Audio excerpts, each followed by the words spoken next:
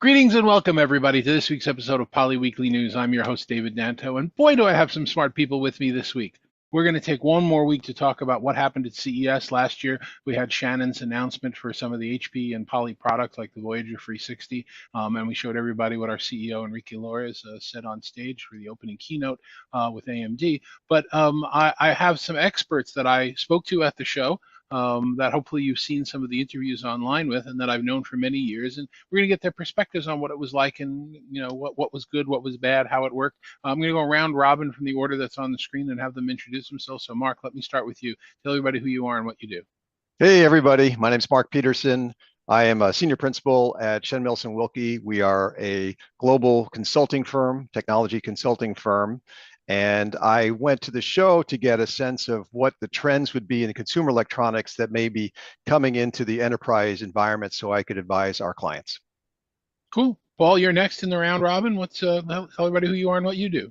Yes, so I'm Paul Erickson. I'm founder and principal of Erickson Strategy and Insights, which is my newly stood up firm for essentially industry analysis, strategy consulting, and advisory in the media and entertainment technology and consumer electronics marketplaces. So I have about 20 years of experience as an industry analyst across IHS Markit, MPD, Parks Associates, and Omdia. And I went to CES, not just to look at traditional categories that I cover in consumer electronics that relate to audio and video, but also to kind of get a feel for a lot of emerging categories, which inescapably automotive was one, which we'll get into in a little bit. But yes, glad to be here. Thank you. Terrific. And last but certainly not least, Greg Harper. Greg, I've probably known you the longest. Going back to, I was telling people at an offsite in the last week or so, what I did at FNN, and nobody believed me. So, Greg, why don't you introduce yourself, tell everybody who you are, and pick one or two of the things that you do and share the. A lot of different things. So, Greg Harper, I'm president and founder of Harper Vision Associates, but I'm also co-founder of Gadgetoff, which we've been doing for years, looking at technologies and talking to people about it. I'm an industry analyst in some respects, but I also design systems for going forward and new collaboration things. I've always been on the cutting edge. Formerly a TV producer, formerly an inventor. Well, not formally, I guess I still am inventing. I have 20-some patents, 26 patents, I think, at last count on things I've developed. But basically, I go to CES, and I've been doing this for something like 40 years now. It's ridiculous. But I go to CES to see the trends, just like our colleagues here. I try to understand where things are going. It's not so much because I want to go buy things, although I have done that. It's more about finding out where things are going, where people are taking things, and what new things are coming out and how things are evolving. That's what's interesting of CES for me. Terrific. Thank you, gentlemen. I really appreciate it. So let's talk a little bit about logistics first, because I think it's actually important. You were saying you've been to this 40 plus years. I think I did a count the other day that I'm almost at 30. I was at like 28. Certainly have gone to a lot of conferences in Las Vegas in the past. I'm not really happy with the way this conference was handled for a bunch of reasons. First of all, we were all used to what we had last year. For those of us that went, where there were only 40,000 people there, it was easy to move around, and getting those big crowds back, while it's good for the industry, wasn't necessarily really enjoyable. But they never put enough seats in the new West Hall to begin with. Now they took seats out of the North Hall. It's hard to move around. There's construction going on. Chime in, guys. What do you think of the logistics? How was the show for you? Well, this year, I mean, it was less than before in 2019 or 2020, I guess, when it was the last full-size show. So it was easier in some respects. And now, of course, there's Uber, so you can get around a little bit better. But yeah, logistics it's a big show, and it's over multiple venues. I never even made it over the area. It was just didn't have a chance to get over there. But it was good to be back. It was good to see things. It was good to wander the sites. But it has changed. The show has definitely changed in its scope and where it's going. And I think back to when it was still the summer CES, where people would be buying product for a sale at the Best Buys of the world, and the winter CES when you get ideas, and then it was all aimed at buying a TV or a new DVD player or something like that. That doesn't happen anymore. Yeah, you don't really see anything new on the show floor. You might see some new concepts over at the Sands, or it's not the Sands anymore, it's now the Venetian, at Eureka Park. But you used to wander around to learn things. There's really nothing to learn from there. I mean, Paul, is that your experience as well? Yeah, I think I'll agree that the nature of the change has shifted. I mean, I've probably gone not as many as Greg. Maybe this is my 15th one that I went to this year, but it's logistics is a battle always, especially as an analyst, because I have meetings across, lots of different clients. And then you think about how CES now is spread out across not just North Hall and Central Hall, but now the new West Hall, which it's a little bit of a step, across the street. But now Park MGM, Venetian, you've got space and spread across virtually, what is it, 4, 5 hotels nearby. A lot of venues. A lot of running around, and yes, ride shares have helped a ton compared to back in the day when, trying to get a cab. And maybe, the loop, right? All the Teslas running around underneath, they help a little bit with getting between the halls. But I would say it's always going to be a battle, right? And I think this year they had 115K attendees, where a good year, like the 2020 you're referring to, Greg, that was 171 or something K, yeah. Right? So we're getting back there to full chaotic strength. Nice. And I'm sure it's going to be pretty close to that next year. But I think that, yes, it's interesting. You see over the pandemic where a lot of companies shifted to virtual, right? And whether that's going to shift fully back or not, we see, for example, Samsung, right? Biggest CE company in the world. Is very, very interesting. They showed a lot of what they actually had at their first look events prior to the public show opening. A lot of companies did that, and I was actually a little bit upset, more than a little bit upset. Last year, a lot of the supposedly technology journalists broke rule number 1 of being a journalist and made themselves the story. And they gave the reason that they weren't going to the CES last year because of, they're worried about the surge in COVID that happened, because they've already got all the information from the pre-briefings and they already know what they're going to report on. So it's really a waste of time to go and look at things. And then these very same companies are back there this year giving us their best of CES list. And this year we're supposed to believe them because they walked around. I mean, it's the whole thing really just put a bad taste in my mouth that hasn't gone away. Mark, what about you? Yeah, David, I'm going to take a little different take on the perspective here, because we heard from Paul and Greg about sort of the typical attendee experience. As an analyst, what I saw was a lot more analysts, right? You got to squeeze into the halls there. It's a fight to get in there, and it's always been a fight, but it was much more so. I think everybody's claiming to be an analyst, and maybe it's to your point that the more they can get ahead of the show, the less they've got to pick and choose their battles of where they got to go. The second thing was, like, when you go to Unveiled or these pre-shows, I see them being really curated. There were 2 groups there. There was a lot of French people, and there were a lot of people from Thailand. I think it was Thailand. So they were choosing like who they're going to unveil, right? And of course, there's so much product out there. It kind of could steer you into a preconceived or perception of what the whole show is about by what those curated events kind of focus the attention. I mean, that's obviously the objective.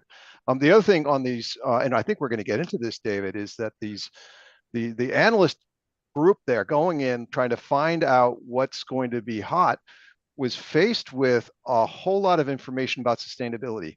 And I'm timing this. It's like 35, 40 minutes into a 45-minute show, and there's not a single product announcement. So I know I got to go to the show because I'm not going to learn about it writing Fast and Furious in an announcement piece. So something happened here where then I want to talk more about this, David, but in terms of what we're talking about, logistics, what I had hoped to get from that pre-show was more about product that I could then see and touch and say, yeah, I got to see this thing. This is hot. And what I heard instead was love and peace and sustainability, and less about the actual product to draw me into what I needed to see. So let me clarify that before you chime in, Greg. You'll go next. There's nothing wrong with the wonderful sustainability messages that they came up with there. I'm not gonna minimize them or make fun of them like they're peace, love, no nukes. We really are at a point where we need to focus on sustainability, but we didn't need to travel 3,000 miles and spend $300 a night in a hotel and all the rest of the logistics and everything to sit in the audience for them to talk about sustainability. That could have been a webcast. We came there to see the products, and you're right. So I guess you're going to say what you're going to say, Greg, but then let's pivot on and talk about the theme of sustainability, which is you talk everywhere. About Yeah, you talk about sustainability. I mean, look at Panasonic's booth. I mean, there's basically nothing there. It was just a big empty booth. But you mentioned the French thing. I grew up in France, so I speak French. So I found myself at Unveiled speaking more French than English, which was interesting. But what was interesting about it, though, was that some of the ideas that were being presented by some companies that we hadn't really heard about were really quite interesting, and that to me indicated where the world is going. And the products, I mean, we don't have a need for as many products as we had before. We have our phone, we have connectivity. I mean, back in the day, we used to buy DVD players and CD players and MP3 players and various devices. Well, now all of that's on your phone and your watch. You don't need that. So the number of products, and of course, we didn't have any of the audio either this year. The audio wasn't really happening. The number, the categories have diminished. So that's opened up. What are we doing? And I thought Samsung, for example, when you talk about products, they showed that little charger, which was a bedside magnetic charger for your phone. You put your phone on it, but it also is connected to their smart things and connected to Matter, and that then can tie into all of the automation systems in the house and actually run that. So things like how those devices are coming together. So the whole Matter thing, moving away from the isolated silos that were there before and moving much more into interconnected devices. That was interesting, and those are products that I think are trends are going to happen. Trends. We saw trends at CES. We didn't see products. We saw trends, and there's nothing wrong with that, except people came to look at the new products. They didn't come to talk about the trend. I was ready to buy that little lawn tractor thing that was robotic, that would also a snow blower, and you put attachments on and it sort of. So yeah, there were some products, but you're right, Dave. I mean, normally I'd come back from CES with a long list of all the things I wanted to buy. Not so this year. Yeah, exactly. Unless you were wanting to buy a hearable or wearable. Go ahead, Paul. Yeah. Sorry, I just wanted to add on kind of what you were saying, Mark. I think probably the biggest example of a presser where you're waiting to see products was Samsung, right? I mean, that was a good example of it. And to me, like, what stands out is that how the show has changed, or that's an example of how the structuring of the show has changed, because Samsung actually showed a lot of their products at the first look event open to, invited press and analysts like the day before. And then one for special analysts and so on that they did 2 days before that I didn't get to go to. But, I saw the products previously. So they were saving the big concept announcements for the presser, right? Yeah. But the hands-on product stuff they did separately, right? So I think, I don't know whether that's a product of restructuring due to the show schedule, due to how they do things post-COVID, but it has changed, right? You don't get to see those big product, expansive product layouts in the pressers anymore from, I think, any of the major CE companies. So it's just very different now. And the last point on this topic, I'll suggest that last year BMW showed a car that could change various tints of gray. It could go from white to black and everything in between. This year they showed it with the full spectrum of color. Next year they're going to show it with polka dots. I'm frankly not impressed. I like that it can change color. I like that LG showed refrigerators and kitchen appliances that could change color. Why is that important? It may be important to a handful of designers, but not to the people coming to CES. The fact that it can change colors, I mean, it's like we've lost sight of why people are coming and what they wanted to hear. I was watching Avi post from the Panasonic press conference, and he was literally doing a 5 more minutes, still haven't talked about any products, 10 more minutes, still haven't talked about any products. So yeah, that's it. It looks like the nature is changing. We're going to need to acknowledge that and maybe change something a little bit for that. Would be my suggestion to Gary and the team at the CTA. So let's pivot. Wait a second. I went a little deeper here, and I think I want to share this with you, because I saw, why are they messaging here with the ESG, right? The environmental sustainability and governance, right? That's what was going to be the next subject. Go ahead. Or we're going in right now. Okay, so let's do it. So what I did, and you may have done this too, was I started looking at the ESG ratings for these companies, right? If this is important, then I was assuming that LG Electronics, Samsung Electronics, NEC would have very high risk ESG scores. And surprisingly, they don't. Their ESG scores are quite low. So I'm going, well, why are they messaging about the importance of this until you look at the conglomerates? And the conglomerates, the LGs and Samsungs and Toshiba and Panasonic, all have very high, some of the highest ESG scorings as you can get, right? So what I'm seeing happen is the messages coming from the larger company. They're leveraging the exposure of these consumer companies and their ability to innovate and create products consumers can also be more environmentally sustainable. And they're making that the message so that they're, and I believe what's going to happen is this is going to become a differentiator, right? Your ability, and we know from BlackRock that what they've done is they're strategists going into these companies saying if they can do their ESG well, then they're going to be a better managed company. They're going to be able to execute all their other principles, global principles, more effectively if they can deal with all this other stuff that's happening. Mm-hmm. So this gives them transparency into that. So my conclusion here is that this is overshadowing, the messaging is overshadowing the technology because the branding is really important right now. Trust coming out of the pandemic, trust from not having product into the space, trust is really key. Products will come. They need to have the trust of the companies that they have to have the representation. They're being leveraged. But I think this is going to continue to be a problem here that they're going to be competing on messaging about health and wellness and the environment and less about the actual innovations on the products themselves. Panasonic has been doing this environmental stuff for quite a while. They've built an entire town in Japan that uses thermal. They've been talking about the environment for many, many years. So it was interesting that some of the other companies sort of jumped on the bandwagon. But we have to remember Panasonic is a lot more than consumer electronics, and they build products with all kinds of people. I mean, the Apple iPod. I mean, it was originally made by Panasonic. It was, they didn't advertise it. Or if you bought a Kenmore washer or something like that from Sears, it was all made by Panasonic. So they were pretty good at not keeping their name on things, but their conglomerate was very, very much into the sustainability, and they've been doing that for many, many years. So it was interesting that this year they didn't really show any product on their booth. It was a wide open booth. But the other thing I thought was interesting was the fact that everybody else was sort of jumping on that bandwagon that they'd been doing for a number of years. Paul, we talked a little bit when we were in Vegas about how we're expecting this environmental social governance theme to be very important because of the time that we're dealing with. In the era, we've got a lot of people looking at climate change. We've got a lot of, younger employees that are very concerned about that. We have a lot of consumers that are saying, I want to buy this from a company that's doing sustainable things. Did that pan out? Did you get any opinions about this?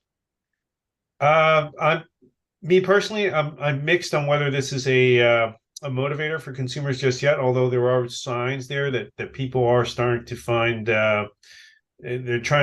people are finding greater connection to companies that highlight this, right? I mean, whether those companies, as you mentioned, Mark, are actually engaging substantively in those initiatives, people are increasingly gravitating towards that. And I think that we see the industry, obviously, or the consumer electronics conglomerates especially, going whole hog into trying to make sure that you realize that their company is committed to, energy, sustainability, governance,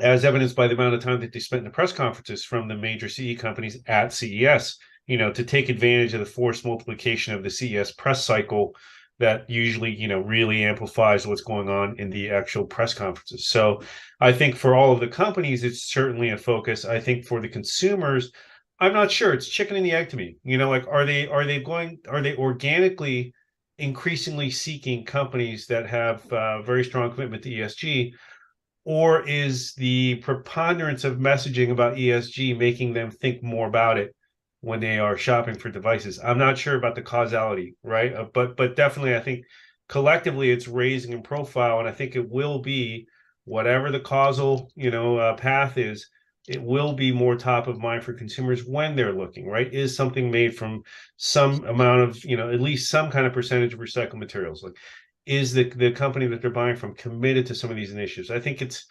will it be an ultimate purchase driver versus the fundamental, value proposition of the device? Probably not. But will it be something that will put somebody over a tipping point? All other things equal in a purchase decision going forward? Potentially, yes. So I think in a lot of these companies are banking on that, particularly in a lot of categories where the margins are razor thin, like TVs. Things where things are commoditized. And so they're looking for all the edge they can get to push things over, like a couple percentage points from where it was, because, that's where, leadership is just in minutiae in terms of margin in some of these really commoditized categories. So I'm not sure I really answered it for you, because I haven't seen, I just don't have access to direct consumer survey data anymore, like I did about 2 years ago for a prior employer, to see if it's really driving the decision. We'll see. We'll see. So you think, you're not sure if it's really a good trend or if it's just more greenwashing that's going on?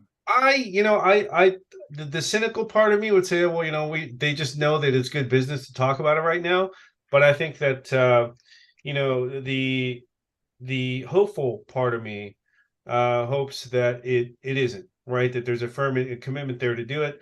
And if for nothing else, then the fact, if the companies realize, if they look at the long game, what's ultimately going to drive more money, more revenue for them, just going through the motions and trying to do something in that direction is just better business for them overall. And then by the very nature of just greed motivated commitment to ESG, it's still going to move those companies further down the path of, doing something substantive in the ESG direction anyway. So, we all win. So let's pivot a little bit. We've spent quite a bit of time now talking about what we did hear around ESG and sustainability and all the other good things that we hope are a good trend. Let's talk about what we didn't hear. I didn't hear NFT.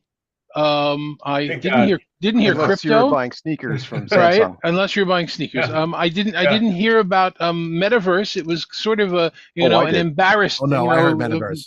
I not the way we heard it last year. Last year, it was as prevalent as the free bags that they were giving out to capture the literature that nobody gave.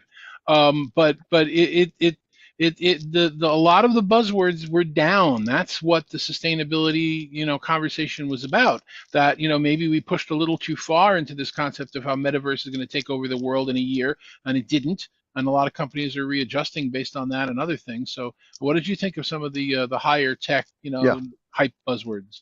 So yeah, I think what I was trying to get to was another level of that sustainability message, and what they weren't saying is the messaging. And I think the whole show was more about enterprise, and we heard that right at the beginning. David, is who's the audience here, right?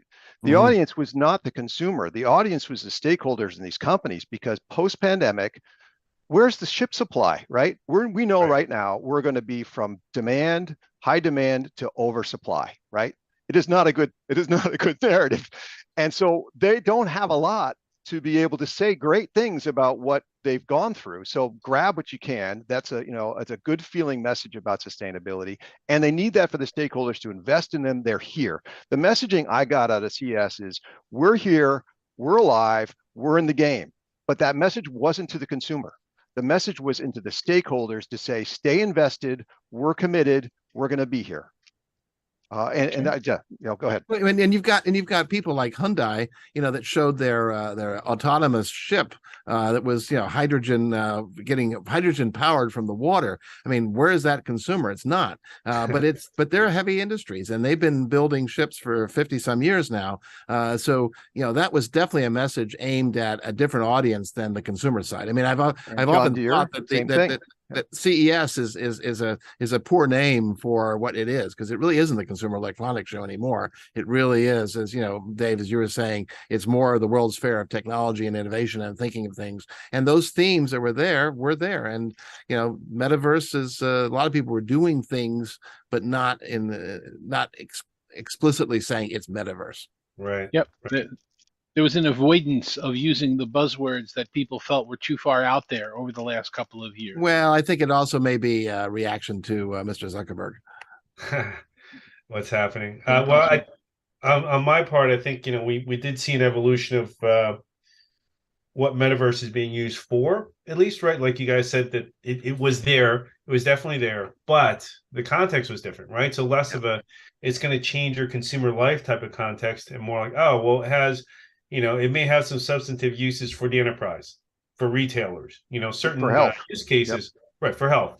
But not, yes, it's going to be pervasive across your life as just a daily consumer. No, that message is definitely different. I don't know about Web3. I really didn't encounter conversations about it much. I don't know about you No. guys. So I think it's also somewhere there in the wings where it's it's going to find its groove, but for consumers, it's probably going to be more behind the scenes thing rather than you're going to go and seek out something that utilizes Well, Web3. it's interesting that gaming, which is is such a huge industry, bigger than movies, TV, and music combined, wasn't there as much. Although I was surprised to see the number of direct view experiences in gaming in three dimensionality that was being shown by a number of people. That was kind of interesting. At Eureka Park, yeah. Yeah, well, Right. not necessarily Eureka Park. I mean, it was also in the Central and other places. I saw a number of people doing that that were showing the ability to look at things. And then there was Sony had their direct view 3D thing, but they were using it for medical. They were showing DICOM files and showing how you take a look at that. That was interesting. Again, not consumer, but that was an interesting combination of online technology, visualization, and making it come all together. Same thing with AR and VR. That was the pivot this year that nobody, for the most part, nobody's even talking about it. Like it totally missed the consumer boat. If we're all locked down in the pandemic and nobody's using this thing, but I've seen so many industrial applications for it, for designers, for medical, for construction. It definitely pivoted to be more of a niche technology. Yeah, but Dave, I think what's probably happening is we're all hearing that Apple's going to come out with a new lighter headset and the capability, and if you looked around at some of the back room areas, you saw some very interesting things coming from some of the manufacturers. A lot of it's under NDA, so I can't really talk about it, but things like better higher brightness displays that are very small, very light, low power, things with some of the glasses that were shown. Some Israeli things going on there. So I think we're about a year and a half to 2 years before we're going to start seeing headsets that are not as clunky and heavy. And when that happens, that will give the virtual stuff a little bit a boost. I'll bet you $5 it's still not going to go anywhere. I agree with you, Greg. I think you look at CE products. Here we go. I mean, this on your head is not easy. Okay, people wouldn't even wear 3D glasses at home because they don't want to change their view because they're already doing other things. It's just not it didn't have a human factor application. So yeah, it's a little weird. Go ahead, Paul. I'm sorry. Yeah, I was going to say, you look at CE products over time, they're not really, the adoption isn't really predicated upon like the top, 5% of consumers that are just super aggressive tech adopters. It's really when it becomes a mainstreamable thing, right? Is it affordable enough? Is it practical enough? Is it reliable enough? And I think for AR and VR headsets, really the peak there in our most recent history is during the pandemic.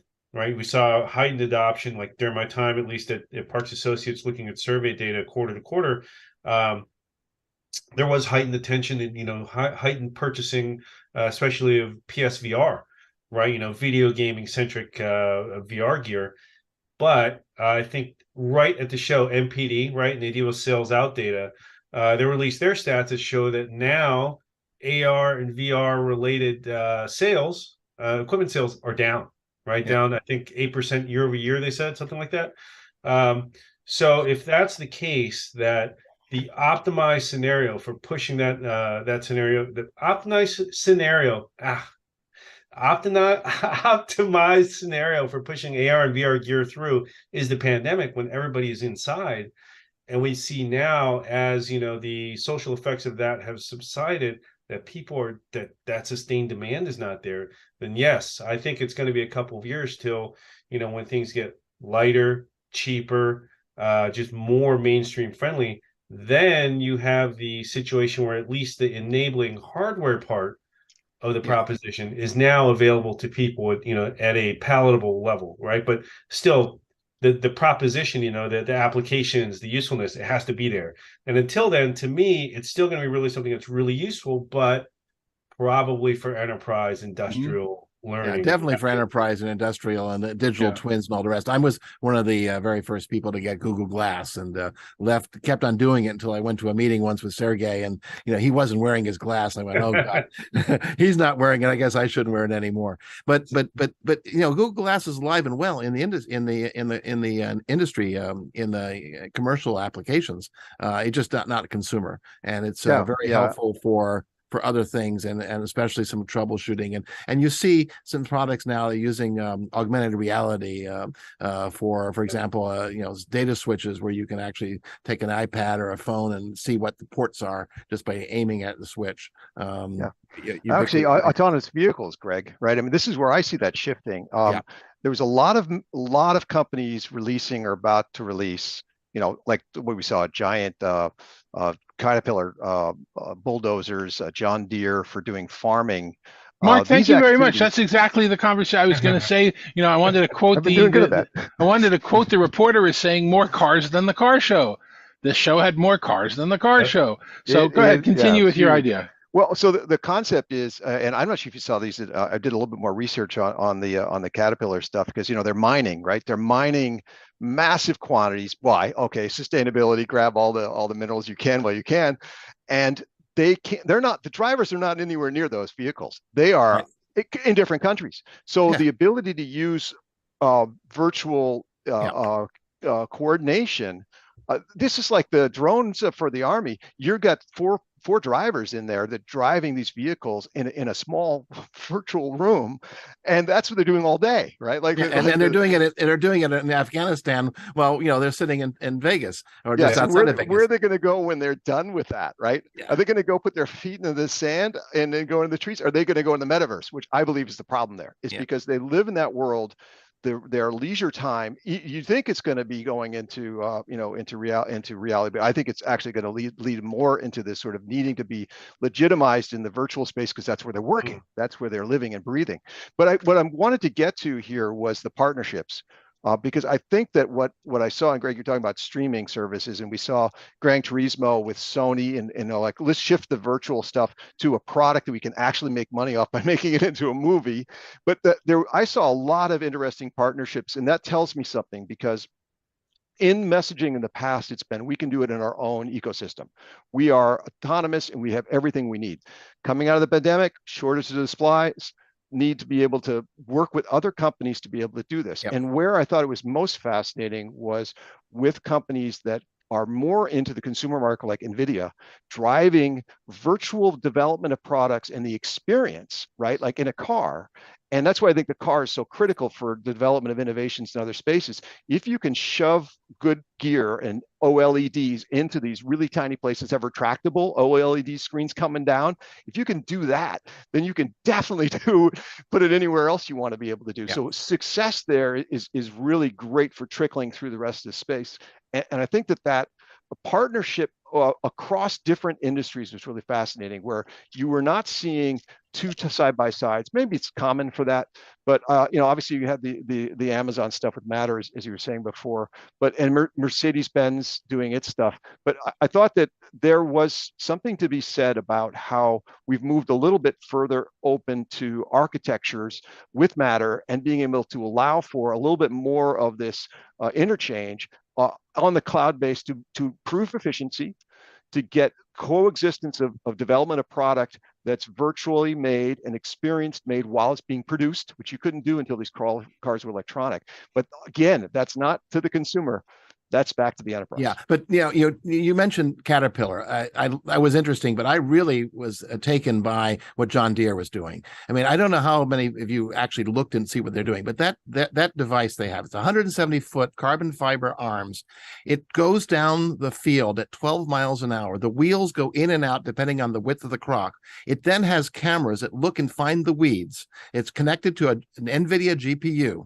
The GPU then controls automated systems that then zaps the pesticide just on the weeds. Talk about sustainability, and they run the whole thing on biofuel if they want to. I mean, now we're talking about some interesting stuff here, and that is actually sustainability. Of course, it drives us with the 1-inch accuracy of where it's going.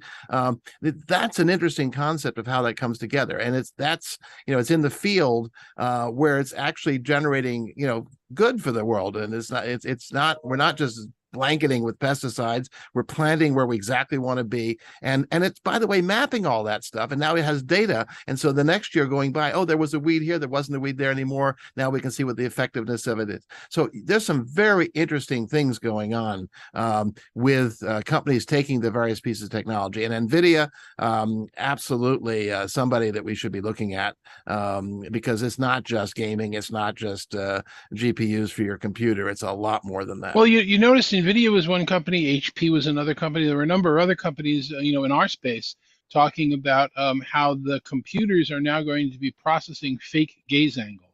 So I work very hard when I do these shows. Yes. I've learned, even though I'd rather look at you, I look at the camera, so the audience thinks I'm looking at them. But now apparently you don't have to do that anymore, because a lot of these systems are going to be like moving your eyeballs and making it look like you're really looking, which I think is, it's again, one of the things I've talked about for years on the show, people heard me use the term before, is there's more technology out there, certainly in our labs and in other companies' labs, than we're rolling out because of the creepy factor. Are people going to like, that's a good feature, that it always looks like people are looking, so that's nice. But some of the other things that might be out there, do we want to do it, or is it going to creep people out? Like, I don't know if you saw the what was the name of that company, the WeHead, that used 4 phones to make a head type. At first glance, it's interesting, but then it's really freaky. It's like, that's something we want to be doing. Well, Canon actually took and part of their deal was they would in virtual reality, you'd go and they take a picture of your face and they would scan your face, and then they would key your actual face over your mask, so that when I'm doing an interactive thing, you see my face on top of the mask, keying it in. It was sort of rough, but I mean, it was trying to use that same technology. And the direct eye view stuff. As Dave, as you know, I do a lot of work in distance learning, and I developed these specialized teleprompter systems for distance learning that's at large universities, et cetera.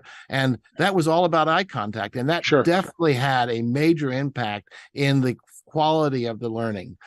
We did use Zoom, of course, but we're talking about 65-inch teleprompters where it's not really a prompter; it's actually looking at the person direct eye view. And in telehealth as well, especially with therapy, when somebody's talking to somebody, just using there were a couple of companies, DVE was one of them, and Telepresence Tech, and there are a few others that essentially it is a teleprompter. It's looking at it through a piece of half silver glass to maintain eye contact. Your company, HP, I mean, with the Poly acquisition, I mean, I can't disclose what I know, but I mean, you're doing some interesting things in that area that I think that really should be looked at in a lot more than just it's not just another camera and another headset or another whatever. There's a lot more to that, and all of our senses are being worked together. In some respects, this CES was a transition year. We went from gadgets that we had before in the previous years. We had a few years where we went all virtual. This year was showing concepts. I anticipate going forward that we'll see more of these things evolving into products.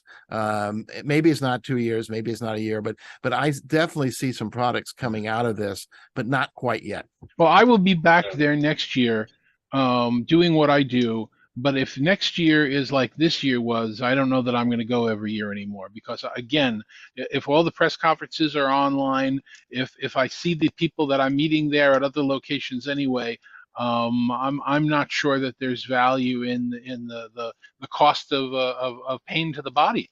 So we've got about 5 or 10 minutes left. Let's get everybody's closing thoughts, what they think, and on how to reach out. So Mark, we started with you. Why don't you go first? How would you wrap this up in a couple of sentences? Well, I just wanted to share. I thought one of the things that I was looking for was this wearables and the hearing aids. I know HP had really was stepping into this space, and I think it is really fascinating, because I think in the enterprise what we want to be able to do is have these cones of silence and be able to have a conversation. And the floor was a great example of that. It's massive humanity. You can't hear anything. And if there is a way to get some trajectory without losing, my ability to experience the show, I think that would be really good for me to come next year to have that kind of technology. So I'm hoping to be able to try some of that stuff out, but obviously I don't want to stick that in my ear at the show. So I just wanted to close up just thinking that the market we already know from the display market has already completely gotten into perfection, and yet here they go again with micro tiles, higher resolution, sharpness in these displays, and you've got a lot there. The other thing that's important is powerless, and I'll stop with this one. I thought it was really interesting to see wireless power. It's gotten legs here. You've got you got Qi, you've got standards, you've got RF based. You can charge devices inside the human body. That's small enough and it's super cheap. $1 and $5 for these products. This is very well positioned, and we all need it in the enterprise to be able to charge, devices that are sitting, in a device. So I'm thinking, again, as you said, I think, Paul, that this is sort of the beginning, and you do, David, as well. The show before the show, right? In the years to come, these products will really have legs and be something we can actually pick up and be tangible in our hands. Okay. Paul, your thoughts? Let's see what I can fit in here. I think, yes, we'll see this show probably evolve to something new over the next year or two, especially since companies probably didn't roll out, it seemed to me, as many actual, high concept products this time around, especially because they're looking at a soft year or 2 years ahead for consumer spending. So they've been conservative in some of their product launch plans and R&D, but 8K TVs, kind of a non-starter, seems like, or it's getting off to that almost like 3D where it's not there yet, and we don't know when it's going to catch on because the content's not there yet. So 8K not really top of mind for the industry right now. We see, at least from my end, David, you and I, we love this subject a lot, talking about how the world of personal audio and enterprise and collaboration audio are kind of mashing together ever so gradually and certainly, where enterprise, companies are incorporating more consumer-centric features as far as fit, finish, design, and so on, ergos. And we see the consumer companies like your Samsungs of the world, and even JBL, getting with their personal audio products, three microphone earbuds, and we have, ANC, we have multi-point Bluetooth connections, all these different things that were the domain of productivity before, all of that coming together. And of course, we do have standouts. Like, actually, I'll give a plug here, then, because I honestly really liked it. The Poly, I'm gonna get this right, 360 Plus. Voyager 360 Plus. It was a really neat product.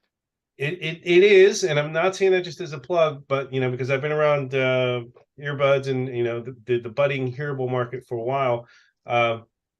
Putting the display on the case is something that the only other person doing that is the most well-financed consumer audio company in the world, Harman, doing it on one of their JBL models, right? So that is a standout feature, but also just the ergonomics and evolution of it, especially the feature where you can plug it in on it in an aircraft, right, using a 3.5 millimeter. Nobody's done that, right? Well, to give the user, the enterprise user, a little control over what it is. It's a product that crosses over for the hybrid worker between the enterprise and the consumer use, and it's a really powerful product. I'm looking forward to getting my hands on some when they become generally available, and giving out samples, and we'll have a contest to give some away on the show.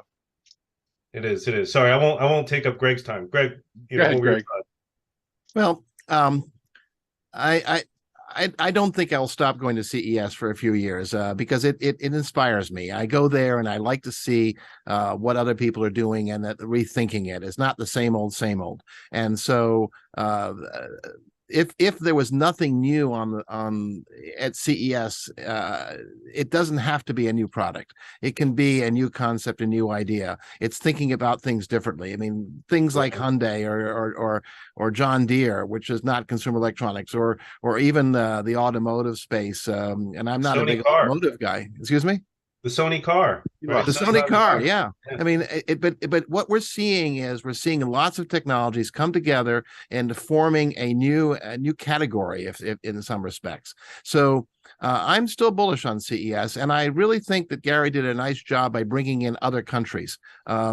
Eureka Park, yeah, it's kind of crazy down there, but at the same token, innovation is not limited to the United States, Korea, and Japan and China. It's all over the world, and seeing that is inspiring, and seeing people trying to solve problems. I'm an experiential guy. I like to think about what the experiences are, and we're finding ways now of creating better experiences using the technology, whether it's because it's a colored refrigerator door or not. We could debatable, but it's all about the experience, and you see those type of experiences and how people are dealing with it. And we have to also remember that the people buying this stuff are not older folks like us, but they're the younger folks coming in. And I have a 2-year-old granddaughter, and she has an iPad. I mean, that was normal, because that's normal for her. When she goes into the workplace and when she even goes to school, she's going to expect these interactivities. She's going to expect things to work together. She's going to expect that when she puts her iPad down, it'll automatically turn on the lights and do things.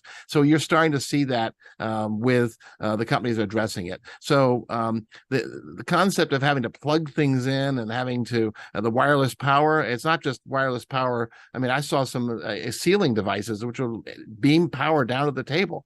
That's interesting. And, keep the table clean. So anyway, I thought in all it was inspiring, and I'm looking forward to going back and doing it for a few more years, as long as my feet will still keep going. Well, I will agree with all of you that that I get a lot out of the show. I got less out of the show this year, strangely, even than I got out of the show last year.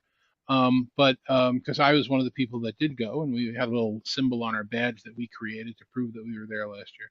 But I wonder if it would be possible to get the CTA a little bit more aware of how many steps analysts are actually walking. And if we're going to be walking around Las Vegas for 3 or 4 days, can they do a little bit better job of saying, if you're going to pick up and touch and hold products from established companies, you go to this hall. And if you want to talk about concepts, you go to this hall. And that way we can really spend our time a little bit more effectively instead of wandering all over the place trying to find things in corners. Eureka Park is Eureka Park. Frankly, in all honesty, I'm with you, Greg. I'm ecstatic that there's so much representation from around the world. But when I look at the products, I couldn't care less where they come from. I'm only looking at whether or not the concept has value. So the fact that they got their flag up there, good for them. Bully, if it brings in people, fine, but I couldn't care less. I'm looking at that. Eureka Park works as Eureka Park. But the rest of the show, I think there needs to be more care and thought for the people that are attending, as opposed to just being the masses and the mobs. It's great that there are pre-shows for special analysts like you, Paul, and some of the ones that I go to and that my company does and that we all do. I think that's awesome to have pre-briefings, but you don't need a pre-briefing and a pre-briefing and then a show, and then through all of that nobody's shown anything. So that would be my concept. So another CES down. We have ISE in a few weeks. I'll see some of you there, and we'll keep talking about this over the course of the year to see what new products, innovations get announced at CES next year and during the course of the year at some of the other things. So last time around, how can people get in touch with you? Mark, how would somebody reach out to you if they wanted more information about what you do? Oh, Shen, Milson and Wilkie, LLC, smwllc.com website's probably the best place. I've posted my pre-show and posting the outcome show and the analytics that we talked about there through SMW. You'll probably see that coming up out on social too. Terrific. We'll take a look for it. Paul, what about you? How would somebody get a hold of you?